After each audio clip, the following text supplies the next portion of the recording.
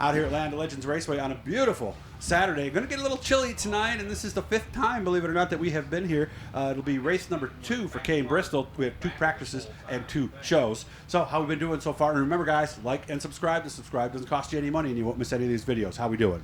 The first night didn't go so bad, other than the driver was a little rusty in the lap traffic and made the wrong move at the end of the race and lost a couple positions. I ended up 4th, but we all started up there, so it was going to be a fight right from the beginning. Is that the part that tends to come last, those split-second decisions like dealing with lap traffic? I mean, is that the way it goes every year when you come in after not doing it in almost half a year? I think that probably takes a little bit more. It seems like the handle of the car and stuff, that comes first, and then sometimes you're not used to coming up on lap cars 3 wide and 2 wide in front of you and having to really find a new spot on the track that you haven't been. So that's kind of where it was. And in the last corner, they were everywhere, and Kevin had an issue, and I went the wrong way, not realizing he had an issue, and ended up actually hitting him. And luckily, you were the guy who was in that one. Yep. Okay. Luckily, he was able to finish, and he got 3rd, and Kevin Ridley snuck around the both of us. So. And what'd you end up getting? I ended up 4th. Okay. Yep. Well, it doesn't cost you too much. Did it do anything to the car? No, just bent a shock tower. That was about it. Yeah, well, those are a lot easier to fix than they were 10 years ago, right? Yep, we've got them solid aluminum ones now that you can slide out and slide in with 2 fingers. Really? So how long of a job is it?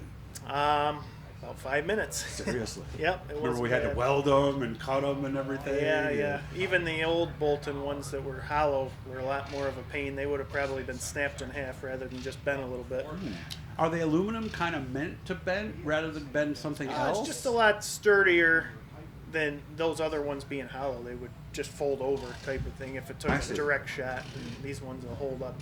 Well, I know some parts are built to crinkle and others are built not to. Is that kind of the thought process? Yeah, those are hanging out there. I think you want them to be pretty substantial and kind of open to everything. If you get underneath someone's bumper, you can easily lose one. And I've always said this for years, and you guys have seen this. A car checks up, another car does it behind him, and I'm out on a Sportsman, and that shock tower ends up wedged up under the bumper. Obviously, in that situation, you want to be the guy in front. You do not want to be the guy behind, right?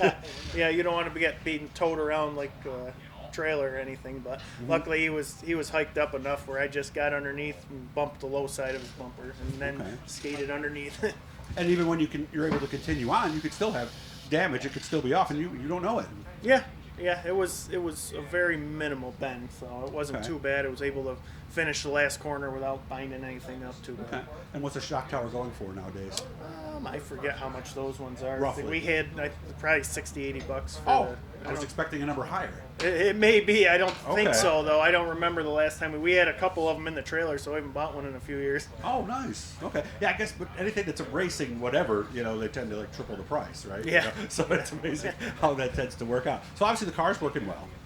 It was working well that night, and then the next race last Tuesday, I think I overthought things and changed away from what we were used to. And these aren't really points races or anything. They're, if you can get into the redraw, you're good. And I had done that, and I played with it a little too much for the feature and went the wrong direction and ended up kind of holding on for dear life at the end. And I got blocked out of the lower line at the beginning and lost a few spots and spent the whole race trying to recover from that. Why? What was the car doing? I over-adjusted it too tight in the heat race, and it was a little rougher and tackier than I thought. I didn't see him putting all the water and scraping it, and then you're right here though. So. I had the car on the other side of the trailer that night, and I wasn't paying close enough attention apparently. So then I over loosened it because I felt like it was. I needed to do that a little bit, and I went the wrong way, so it was loose getting in, and I just couldn't ever keep the thing straight enough to get good drive, and it was a struggle. And then I moved up at the end of the race, and it was a little bit better, but it took me 24 laps to figure that out. Well, we live and learn in this game, don't we? Yeah, I think some of it's probably getting the driver back acclimated to this stuff after being gone for so long. Speaking of so long, how were you in the 3 months there of the pandemic?